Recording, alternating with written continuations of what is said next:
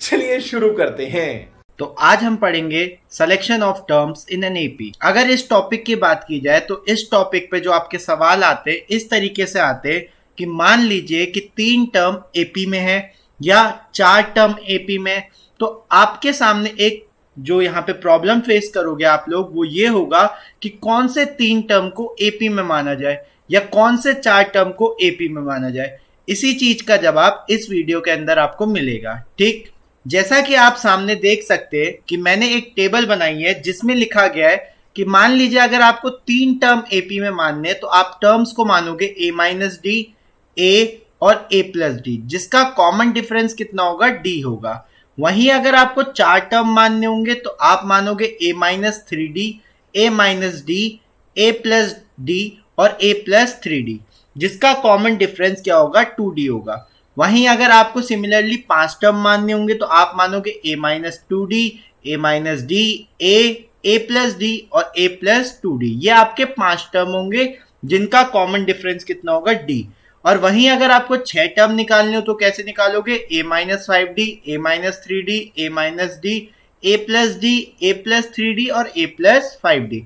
आप ये बात याद रख सकते हो, अगर आपको नंबर ऑफ टर्म्स जो हो वो ऑड हो तो आपका कॉमन डिफरेंस डी रहना चाहिए। ठीक है, और वहीं अगर आपके नंबर ऑफ टर्म्स इवन हो तो आप कोशिश ये करें कि आपका जो कॉमन डिफरेंस है वो कितना रहे, 2d रहे। ठीक, तो इसी कॉन्सेप्ट के ऊपर हम पहला सवाल करने जा रहे हैं। हमारा पहला सवाल क्या है, देखिए कि अगर if 2x, x plus 10, 3x plus 2 are in AP. आपको पता है कि अगर हम कोई भी सीरीज को एपी में कहते हैं दैट मीन्स उसका जो कॉमन डिफरेंस होना चाहिए वो आपका सेम होना चाहिए।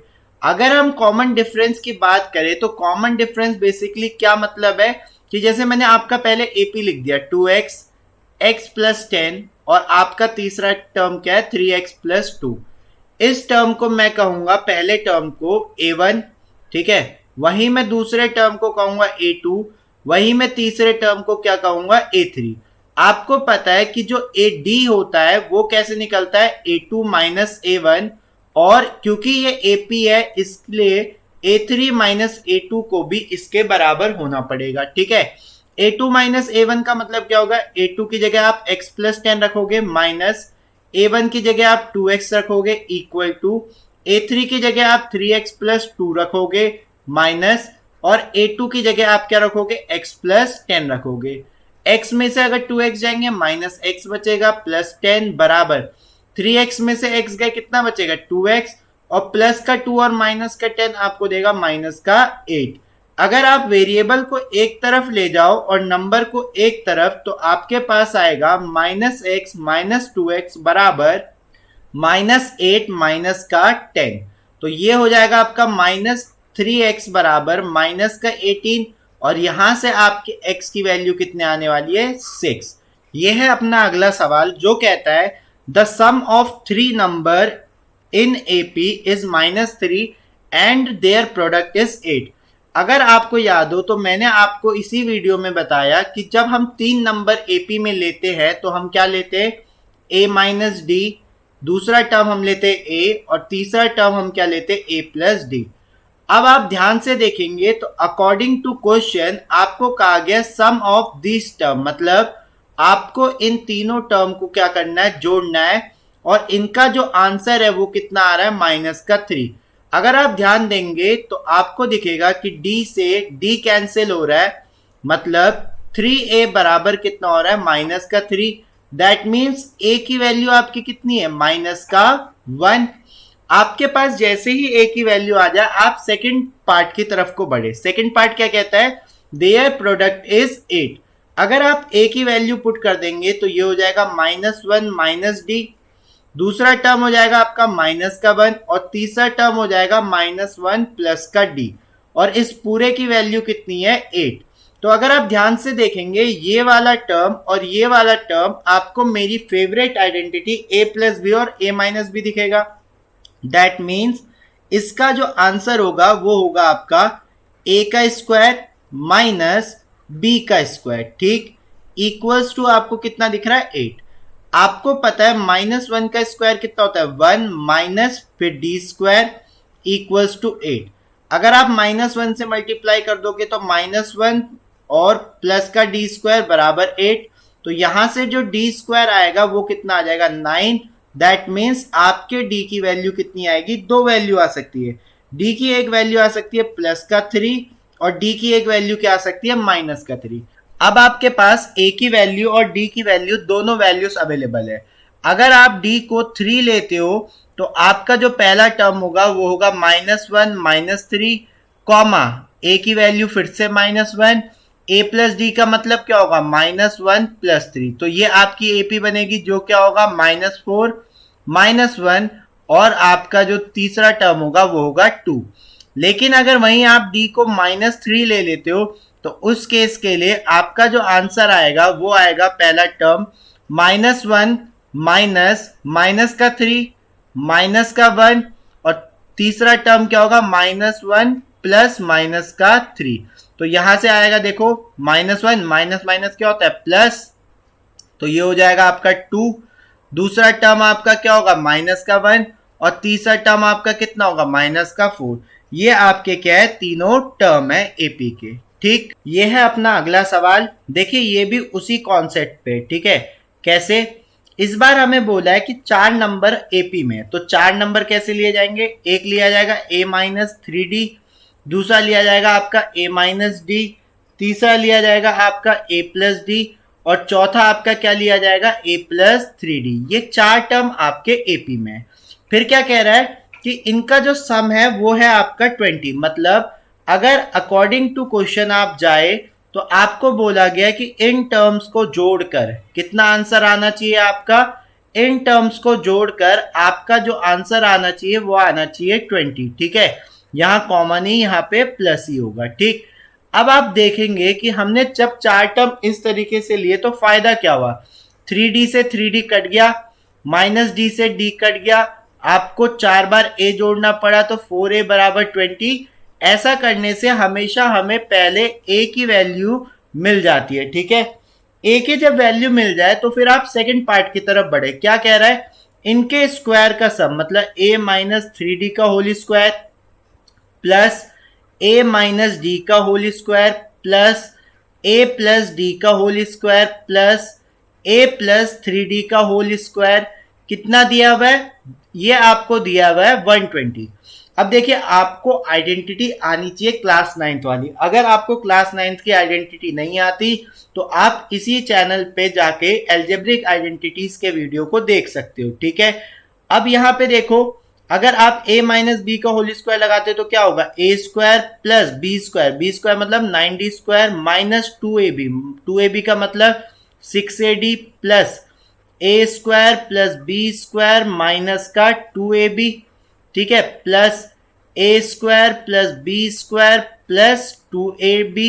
ठीक है, plus a² plus b² plus आपका कितना होगा 2ab मतलब 6ad बराबर 120। देखो 6ad कट गया, 2ad कट गया, a² तो ये हो गया 4a²।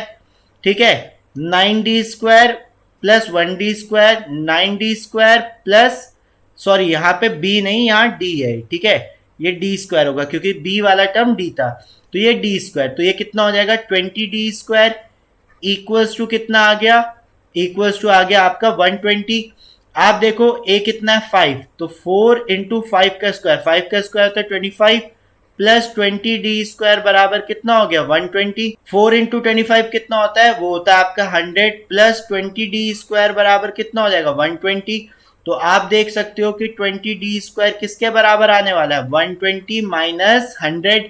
तो यहां से जो आपका टर्म होगा 20d² बराबर कितना आ जाएगा 20, d² कितना आ गया 1। तो मतलब d की दो वैल्यू आ सकती है, एक +1 एक -1।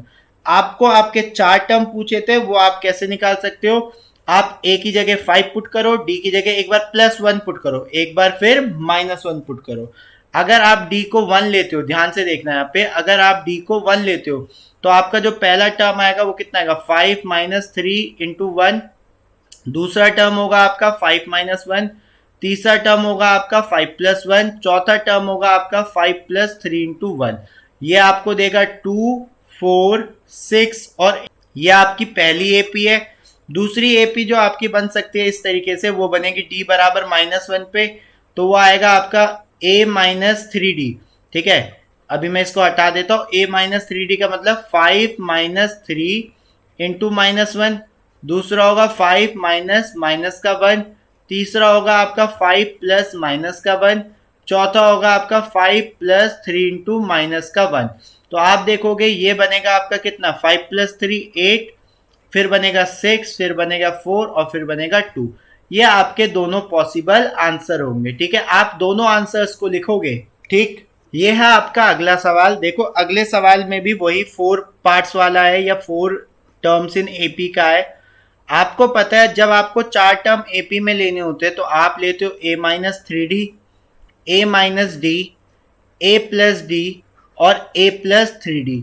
कोई भी बच्चा इसका सीक्वेंस नहीं बदलेगा, सीक्वेंस यही रहेगा जो आपको सिखाया गया है। आपको बोला है डिवाइड 32 इंटू 4 पार्ट्स। कहने का मतलब इन चारों टर्म को जोड़कर कितना आया होगा, इन चारों टर्म को जोड़कर आपका आंसर आया होगा 32, क्योंकि 32 को ही तो 4 पार्ट में बांटना है। ठीक, तो आपको पता है कि 3D वाला 3D से कट जाएगा, D वाला D से कट जाएगा। यहां जब आप ऐड करोगे तो आएगा आपका कितना, 4a बराबर 32। और यहां से a की वैल्यू जैसा कि आप देखते हुए आ रहे हो कि सबसे पहले हम a की वैल्यू निकालते हैं, वो आ जाएगा 8। अब सवाल क्या कहता है, such that the product of extremes, extreme मतलब होता है एंड वाले, एंड वालों का जो प्रोडक्ट है और जो मीन, मीन मतलब बीच वालों का जो प्रोडक्ट है उसका रेशियो 7:15 है। कहने का मतलब जब आपने a minus 3d into a plus 3d upon में a minus D into a plus D किया होगा तो आपको आंसर मिला होगा 7/15। देखो ये फिर से वही मेरी फेवरेट आइडेंटिटी बना रहा है, a प्लस बी और a माइनस बी। तो यहां से बनेगा, आपको दिख रहा होगा a square minus 9d square, और नीचे बन रहा है आपका a स्क्वायर माइनस आपका d स्क्वायर, और ये किसके बराबर है, 7/15।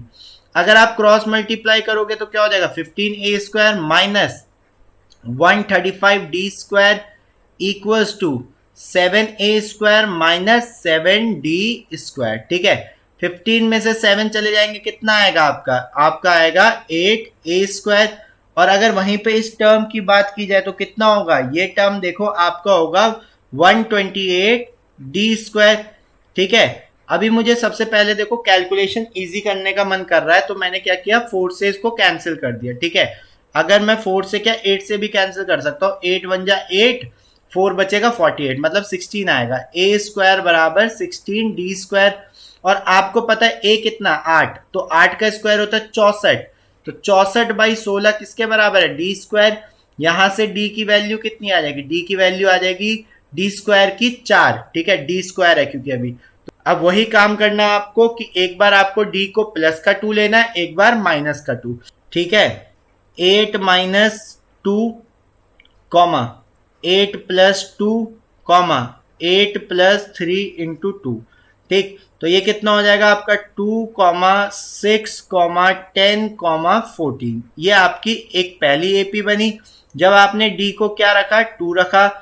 जैसे ही आप डी को -2 रखोगे तो एक दूसरी एपी बनेगी। क्या बनेगी, देखो मैं वैल्यू पुट कर देता हूं। ठीक है, इतना आपको प्रैक्टिस में होना चाहिए कि आप इस टाइप के सवालों को डायरेक्ट सॉल्व कर पाओ। ठीक है, लास्ट में लेकिन आपको ये करना पड़ेगा वैल्यू पुटिंग, इसके मार्क्स आपको मिलते हैं। ठीक है, यहां से जो आपका आंसर आएगा वो आएगा 14, ये आएगा आपका 10, ये आएगा 6 और ये आएगा 2।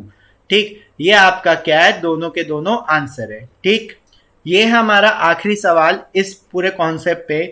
क्या कह रहा है, the sum of first 3 terms of an AP is 33। अब आपको पता है 3 टर्म क्या लेते हैं हम, a माइनस डी, a और a plus d. According to question इनका जो सम है, इनका जो सम है, सम मतलब आपको प्लस करना पड़ेगा। वो कितना दिया हुआ है, वो दिया हुआ है आपको 33। d से d कैंसिल हो जाएगा तो 3a बराबर 33, तो a कितना आ जाएगा आपका, a आ जाएगा आपका 11। ठीक है, अब देखिए, if the product of first and third term, पहला टर्म a माइनस डी, तीसरा term a plus D, exceed करता है सेकेंड टर्म से। सेकेंड टर्म कितना है, ए कितना ज्यादा है उससे 29, तो पूछ रहा है एपी कितना है। ठीक है, तो देखो ये हो जाएगा ए स्क्वायर माइनस डी स्क्वायर बराबर ए कितना है 11 प्लस 29। ठीक, तो यहां से आ जाएगा आपका ए स्क्वायर, वैल्यू पुट कर दी जाए क्या। ठीक है, देखो वैल्यू पुट कर देता हूं। 11 का स्क्वायर आप लोगों को पता होगा कितना होता है 121। 121 माइनस डी स्क्वायर बराबर 40। तो यहां से अगर आप 40 को इधर ले जाओगे और डी स्क्वायर को उधर, तो आपका जो डी स्क्वायर यहां से आने वाला है वो आने वाला है 81, और इसका मतलब डी की दो वैल्यू आएगी प्लस माइनस का 9। अब आपको पता है क्या करना है, एक बार आपने डी को 9 लेना है, तो क्या हो जाएगा 11 माइनस 9 कॉमा आपका 11 और 11 प्लस 9। तो यहाँ जो आपकी एपी बनेगी 2, 11 और 20 बनेगी।